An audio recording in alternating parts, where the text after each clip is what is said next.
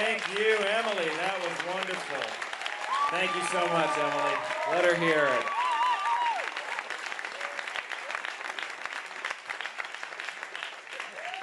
All right, everybody. A lot of great people here that it's been wonderful to hear from, but there's one person who I think you might be most interested in hearing from tonight. I'd like to please welcome to the stage Jeremy Corbyn.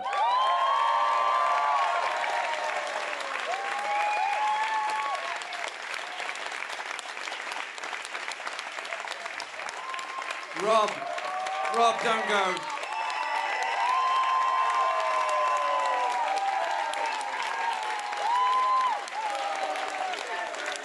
Thank you. I don't want Rob to leave the stage yet. I don't want Rob to leave the stage yet. Rob, thank you not just for tonight, but thank you for sharing the pain of losing your son. It's an unimaginable pain you must have gone through. And you've shared that with us, and you've produced this incredible video about the National Health Service. Thanks. Rob pointed out the value of healthcare free at the point of need, which is available for all in this country. That is part of our great Labour heritage. And I simply say this, to anyone that thinks this election is not important, with us, our National Health Service will never be put on sale to anybody else. It's ours for all time. And Rob, you've helped to give that simple message to so many people. We share your pain. We thank you for all that you've done to convince people of the importance, the human justice and the civilisation of the health service. Thank you, Rob. You're very kind. Thank you, sir. And good luck. We got your back.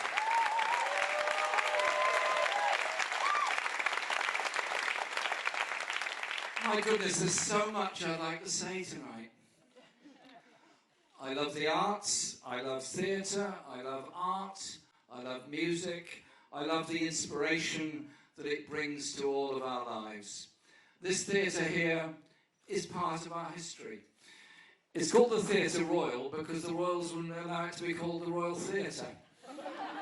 It was a bit of East End humour, you know. You can't have the Royal Theatre, so we'll have the Theatre Royal. And that's what we've got here in Stratford, where Joan Littlewood and so many others did so much, where Old and Lovely War was put on, which made people look at the First World War in a different way, where music hall took place, where Mary Lloyd sang, and apparently there's panto coming on very soon, and that's why we've got this rather fetching set, very unusual for a Labour Party meeting. But I think we might change that and put it in the rule book. We have clouds at every Labour Party meeting around our stage. It could make it wonderful. Our movement is full of the redolent history of struggle, of people with imagination, but also with people that put that imagination into practice. One of the great features and figures of the people that founded our movement was the wonderful socialist William Morris. And I quote what he said, "With the arrogance of youth, I determined to do no less than transform the world with beauty." William Morris is often referred to for his wallpaper designs by the weekend supplements. Actually, William Morris was a very dedicated, very serious socialist who wrote wonderful books and wonderful poetry and organised people in the latter part of the 19th century. We learned from those people and all that they contributed to our lives. And our movement is full of people that made great contributions to bring about a serious arts policy. Jenny Lee, who was the arts minister in the 1964 to 1970 Labour government. And I remember as a young man growing up in Shropshire, and how horrible it is, the Tory party launches their manifesto in Telford in Shropshire, where I grew up. Are they trying to personally insult me in some way? It's a shocking, outrageous thing they've done. But don't worry, Telford will rise again, it will get over it.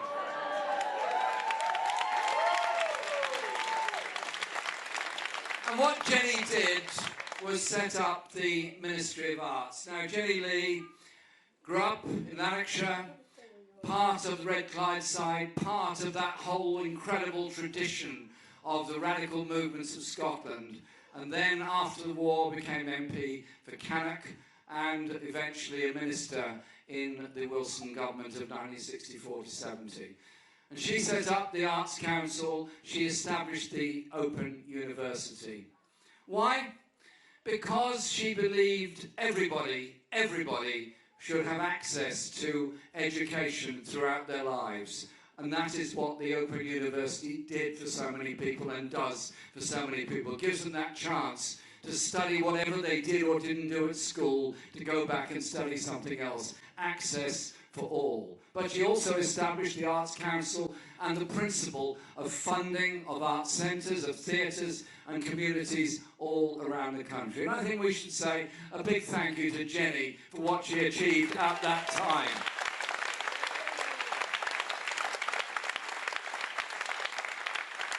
And it breaks my heart when you go around the country and you see what all these years of Tory and Lib Dem austerity has done. The libraries that are closed and sold, the sports facilities that are unaffordable and simply not there for the young people who might want them, the galleries that are barely opened, the municipal theatres that are crumbling into decay because the local authorities don't have the money to keep them going, and the schools that are underfunded for their arts so their children get no chance to perform, to learn musical instruments, to visit galleries, or to go and see a theatre. And you know what happens in a period of austerity? Inequality grows and grows. Children whose parents can afford it, send them to stage school, give them musical instruments, give them private tuition, and so on. Others simply don't have that chance or that opportunity. And you know what? It's just plain wrong. And so, when we were planning our manifesto from very early on, I was utterly determined that our manifesto would be very clear on the issues of arts, culture, music and development. Because poetry and art and invention and science actually all go together. One of my favourite poets is Samuel Taylor Coleridge. And he wrote amazing poetry, some of it incredibly long, some of it so long you don't always get to the end of it. But he was also a great friend of lots of scientists. As far as he was concerned, exploring the mind and exploring the ideas that come from poetry was exactly the same as his friend Humphrey Davy exploring the ideas of what electricity could do and how it could develop. They saw that as an interaction of one thing with the other. Arts, music and culture are not separate from science, language, engineering and ideas. You need that inspiration in whatever you do. And our arts policy is to create a £1 billion arts fund, and that will ensure that the libraries, the theatres and the local arts facilities are improved, are developed, are made available for all. And I say made available for all because I believe very, very passionately about that. And I know John does and all of our team do as well. I go around the country doing lots and lots of meetings in lots and lots of places. And I go through what we want to do for education through the National Education Service and what we want to do with Ofsted and what we want to do with Key Stage 1 and 2 testing and all these things. But you know what gets the biggest resonance? Wherever I go, when I say we will introduce a ring-fenced pupil arts premium to ensure that every child gets a chance to learn a musical instrument in school, irrespective of their parental income, they will get that chance, and they'll get that chance of music and self-expression. Because to me, it is about making sure our children grow up in a world where they're not afraid to express themselves, where they're proud to express themselves. And so that art opportunity for young people is so, so important. But it's also what we do in our lives with music. If you think about this, every working class community forever has always had its own music. They've had brass bands, they've had steel bands, they've had all kinds of things. Young people rehearsing in their bedrooms or going to community centres trying to develop and write their own music, doing electronic music, creating new ideas for themselves is fantastic. But increasingly, it's difficult for them to find anywhere to write, anywhere to develop their music, anywhere to rehearse, and anywhere to perform. There's nothing wrong in public funding of music places. There's everything right about it, because it does bring people together in a creative endeavour and ambition to achieve things together. And I want to make sure we absolutely do achieve that. It's also about funding arts courses, filmmaking, and all that goes with that as well. I mean, Ken is one of the most amazing filmmakers it would be our privilege ever to know for what he's achieved. The films he's made, from Cathy Come Home to Kes, to The Wind That Shakes the Barley, and the more recent films about the brutality of the way in which universal credit operates within our society. And so I want to say a big thank you to Ken and so many others for all that they've done to bring home, through their artistic medium, the reality of how brutal life has become because of austerity. But I also want to say thank you to all the others that have performed this evening and what they've done and what they've said. And I say a particular thank you to Ronan Bennett for being a good friend and for saying what he did this evening. But also through his writing, bringing to life what life has happened in different places. His fantastic book about the death of Patrice Lumumba in the Congo in 1961 says more about the history of the Congo than many highly academic histories have done, because he understood what happened there and went through it. And so it's through literature, art, music and poetry that we understand not just about the history that's gone before, but we begin to understand so much about ourselves. So our government, which I hope will be elected on December the 12th, will transform, will help to transform our society, will bring about that sense of justice to every part of this country, that will invest in the education, the housing and the health that's needed, will invest in a green industrial revolution that will help to both protect our planet and create the jobs of the future. But it will also invest in the hopes of a new generation. Because so many young people are brought up to believe that they're going to be worse off than their parents, and any children they have are going to be even worse off than them. A cascade of intergenerational poverty, when there should be a cascade of intergenerational hope and inspiration that the next generation can achieve even more than this generation.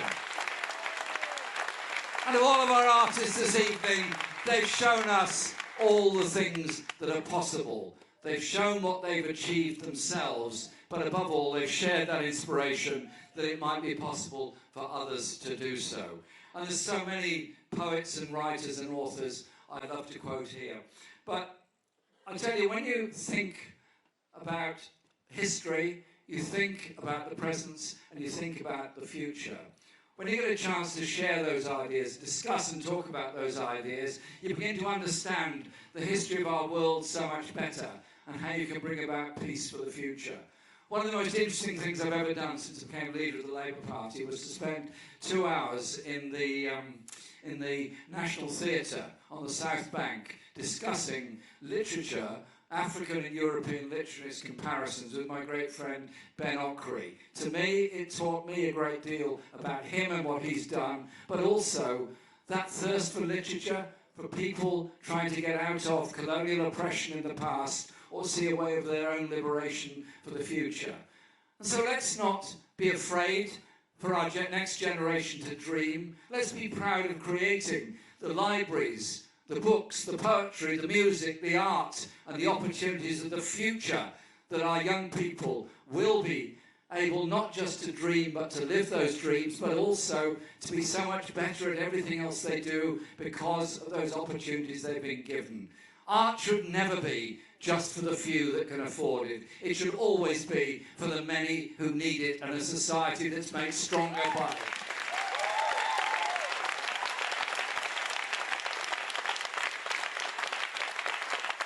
Emily is an unbelievably fantastic artist, and there's so much I could quote, but I just want to quote part of it. Are you sick of being lied to, getting kind of bored of being ignored, can't find the tribe that you belong to. Oh, my friend, you are not alone. There's so much in her song that's so powerful and so brilliant. And there are many others that have inspired us. One of the person who's inspired me enormously has been the great American poet, sadly now passed away, Maya Angelou, and all that she wrote. And if I just quote a little bit of it. You may write me down in history with your bitter, twisted lies.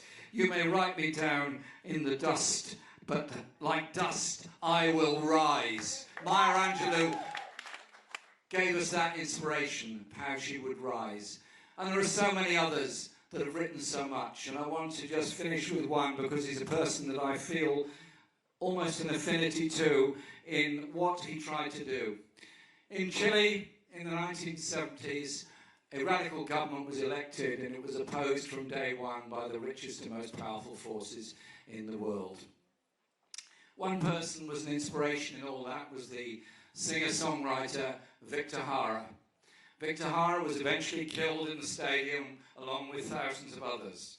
But he was asked about his thoughts sometime before he died about his singing, and he said, "My guitar is not for the rich. No, nothing like that. My song is of the ladder that we are building to reach the stars." What Victor did was inspire people as to the lives they could lead. And he inspired that movement in Chile, which despite all the attacks and problems, did achieve so much for the poorest in that country.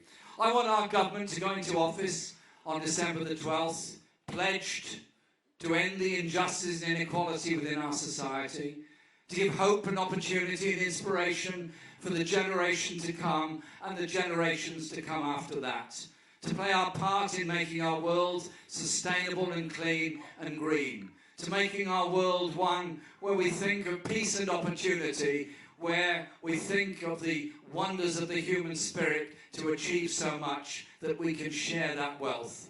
I do not want to lead a government that walks by on the other side while some of our fellow citizens sleep in the gutter. I don't want to lead a government that walks by on the other side to children underachieving in school because of the poverty of where they live. I want to lead a government that is absolutely determined to end the poverty and injustice that's so wrong and unnecessary, and give hope to those communities that have had it torn out of them by free market economics that's destroyed their industries. A government that invests for all time, for the future, and build that society that was dreamt of by so many that have gone before us. On their shoulders, we will rise. We will rise and build that society full of decency and of love. Thank you.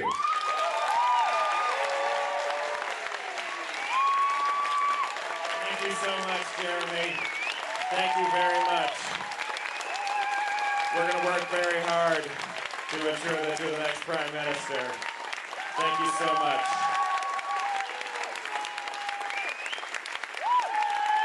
Thank you.